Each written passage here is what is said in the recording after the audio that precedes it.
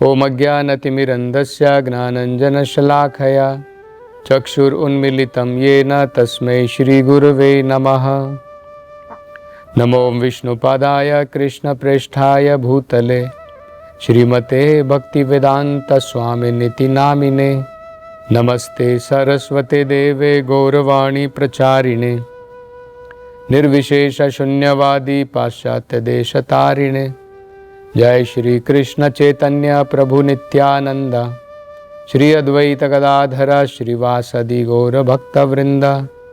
हरे कृष्णा कृष्ण कृष्णा हरे हरे, हरे राम राम राम हरे हरे। हरे कृष्णा। तो हम चर्चा कर रहे थे किस प्रकार से भगवान कृष्ण एक प्रकार से वार्तालाप कर रहे हैं और एक प्रकार से व्यंग कर रहे हैं रुक्मिणी देवी के साथ में। तो आगे वे रुक्मिणी देवी से कहते हैं, हे रुक्मिणी, मेरे अंदर में और भी बहुत सारे दोष हैं। सामाजिक दृष्टि से भी जो सदाचार व्यक्ति के अंदर में होना चाहिए, जो शिष्टाचार एक व्यक्ति के अंदर में होना चाहिए, वो शिष्टाचार भी मेरे जीवन में नहीं है। समाज में एक व्यक्ति को अपनी एक पत्नी के साथ में संतुष्ट रहना चाहिए, खुश रहना चाहिए, लेकिन मेरा जीवन देखो, मैं एक पत्नी से संतुष्ट नहीं था, इसलिए मैंने 16,100 रानियों के साथ में विवाह किया।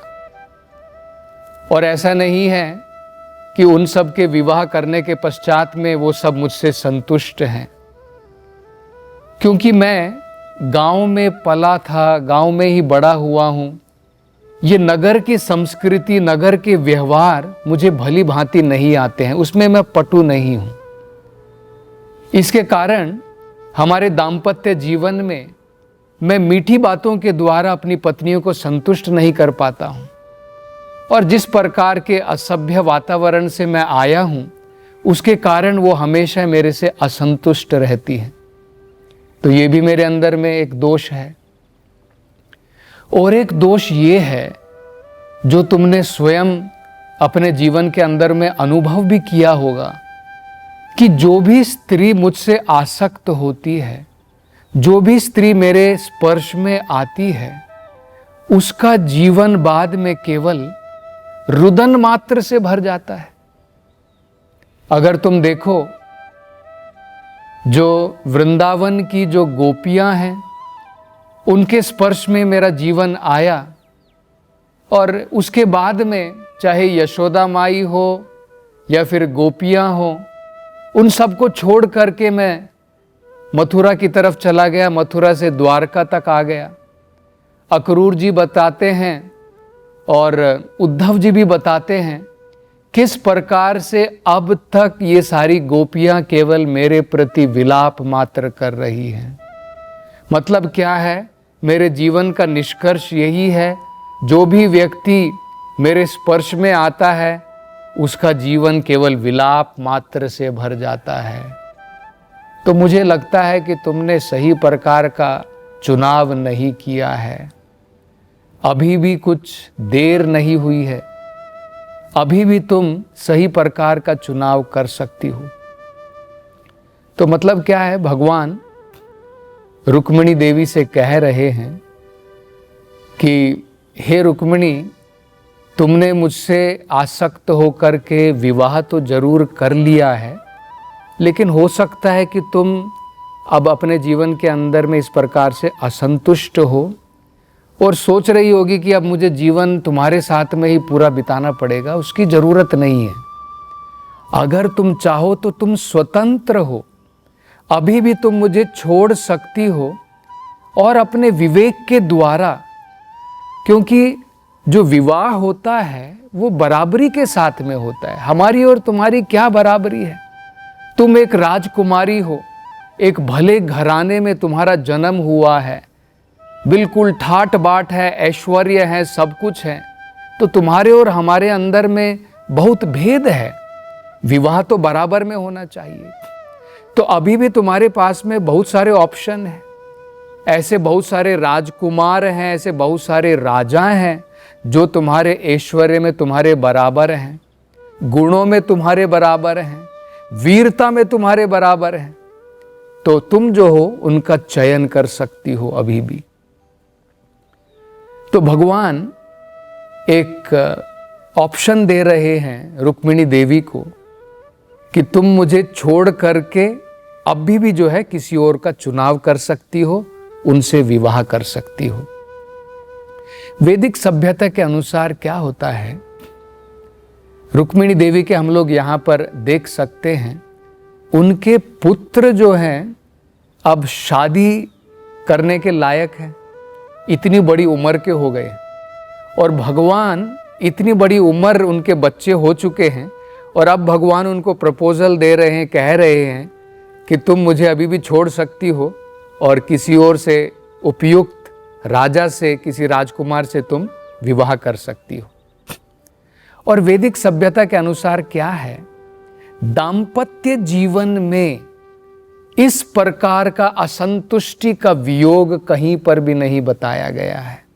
ऐसा नहीं है कि मैं अपनी पत्नी से संतुष्ट हूँ थोड़े दिन के लिए और थोड़ी दिन के बाद में मैं अब असंतुष्ट हो गया, इसलिए मैंने तुम्हारा त्याग कर दिया और अब मैं किसी और दूसरे को अपना लेता हूँ। ये वैदिक सभ्यता नहीं है। ये जो डाइवोर्सेस होते हैं ये कभी वैदिक सभ्यता के अंग नहीं है। तो रुक्मिणी देवी को लगा कि भगवान ये किस प्रकार के पागलपन जैसे अनेकों प्रकार के जो है उपाय बताए जा रहे हैं, अपने विचार यहाँ पर मुझे बता रहे हैं। तो रुक्मिणी को इस प्रकार से लग रहा था, लेकिन रुक्मिणी देवी, उनके मन के अंदर में एक प्रकार का भय उत्पन्न हो गया। इस भय के कारण रुक्मिणी देवी जो है उनका शरीर कांपने लगा, और भगवान कृष्ण अभी आगे और बोलते जा रहे हैं। भगवान आगे कह रहे हैं, रुक्मिणी, हमें केवल अपने इस जीवन के बारे में मात्र नहीं सोचना है, हमें अपने अगले जीवन के बारे में भी सोचना चाहिए। तो मैं इस जीवन में भी तुम्हें सुखी नहीं कर सकता हूं, और अगले जीवन की तो बात दूसरी है। तुम्हें उस प्रकार के व्यक्ति से विवाह करना चाहिए जो परलोक में भी तुम्हें सुख दे सके और इस लोक में भी तुम्हें सुख दे सके। तो भगवान और आगे जो है इस प्रकार से रुक्मिणी से कह रहे हैं, और भगवान कहते हैं, रुक्मिणी, तुम्हें तो पता ही होगा कि मेरा और यहाँ तक कि मेरे भक्तों का भी पारिवारिक जीवन में उनकी कोई आसक्ति नहीं है। ये घर परिवार, पत्नी के साथ में संबंध, पत्नी के साथ में प्रेम, इस प्रकार से इन भौतिक आसक्तियों में, इन चीज़ों में तो मेरी कोई आसक्ति है ही नहीं। तो इससे बढ़िया होगा, और अगर तुम सोच रही हो कि मैंने प्रेम के कारण तुमसे जो है विवाह किया है, तो वो भी तुम्हारी गलत फहमी है। देखो, तुमने तो मुझसे जरूर प्रेम किया था, प्रेम के कारण तुमने तो मुझसे विवाह जरूर किया था, तुम मुझसे आसक्त थी, लेकिन मुझे लगता है तुमने मुझे कभी देखा भी नहीं था। कम से कम देख तो लिया होता। बिना देखे ही केवल मेरे बारे में सुन के मात्र तुम्हें गलत फहमी हो गई कि मैं तो बड़ा महान व्यक्ति हूं। तो मैं कोई ऐसा महान व्यक्ति नहीं हूं, मैं तो एक छोटा सा भिक्षुक मात्र हूं। तो ये तुम्हारी जो है गलत फहमी थी, और तुम सोच रही हो कि मैंने तुम्हारा अपहरण जो है किसी आसक्ति के कारण किया होगा। मेरे दिल के अंदर में इस प्रकार का कोई प्रेम नहीं है। मैंने तो केवल, क्योंकि तुम्हारा भाई जो रुक्मी था और शिशुपाल था और अन्य जो ये राजा थे, वो सब मेरे को दिल के अंदर से घृणा करते हैं, और ये लोग सोच रहे थे कि इनके पास में धन है, दौलत है, ऐश्वर्य है। मैं केवल उनको कुछ पाठ सिखाना चाहता था, केवल उनको एक पाठ समझ में आ जाए, इसके कारण मैंने तुम्हारा अपहरण कर लिया। तो प्रेम तो वो तुम्हारे से करते हैं, इसलिए चुनाव तो तुम्हें उनका करना चाहिए था। तो भगवान जो है इस प्रकार से कह रहे हैं। तो रुक्मिणी देवी जो है, जब उन्होंने इस प्रकार के भगवान के विचार सुने, तो रुक्मिणी देवी के पसीने छूटने लगे। उनके हृदय के अंदर में एक भावना पैदा हो गई, जिस भावना के कारण उनके मन में एक डर बैठ गया। वो डर क्या था कि भगवान कहीं मेरे से अलग ना हो जाएं, कहीं भगवान से मेरा वियोग ना हो जाए। शुकदेव गोस्वामी इसके बारे में बड़ा सुंदर अर्थ समझाते हैं। शुकदेव गोस्वामी कहते हैं कि भगवान जो हैं उनका एक बड़ा महत्वपूर्ण कारण तो ये था कि वे रुक्मिणी देवी को थोड़ा रुष्ट देखना चाहते थे। जिस प्रकार से सत्यभामा भगवान के ऊपर व्यंग करती थी, भगवान से उन्होंने कहा तुम इंद्रलोक से मेरे लिए परिजात का पेड़ लेकर के आओ, इस प्रकार की कुछ डिमांड रखे, इस प्रकार की कुछ इच्छा वो भगवान से रखे, क्रोध में उनके होठ लाल होकर के वो भगवान के ऊपर कुछ व्यंग करे। भगवान इस प्रकार से जो है आनंद प्राप्त करना चाहते थे रुक्मिणी देवी के द्वारा। तो वो तो एक कारण था ही।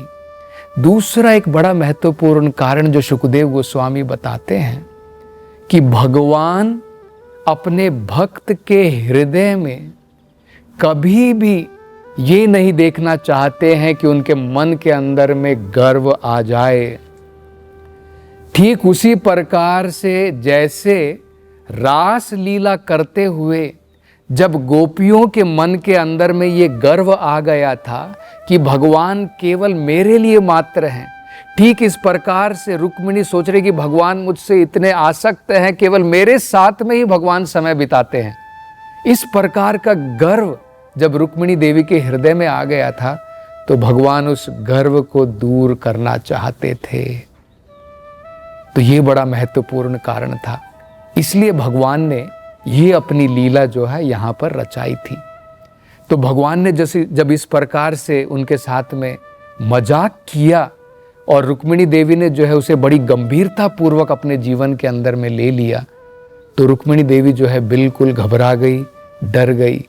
उनके हृदय के अंदर में एक प्रकार से डर बैठ गया। और उस डर के कारण क्या हुआ, उस डर के कारण उनका गला गदगद हो गया और एक शब्द भी वो अपनी तरफ से बोल नहीं पाई।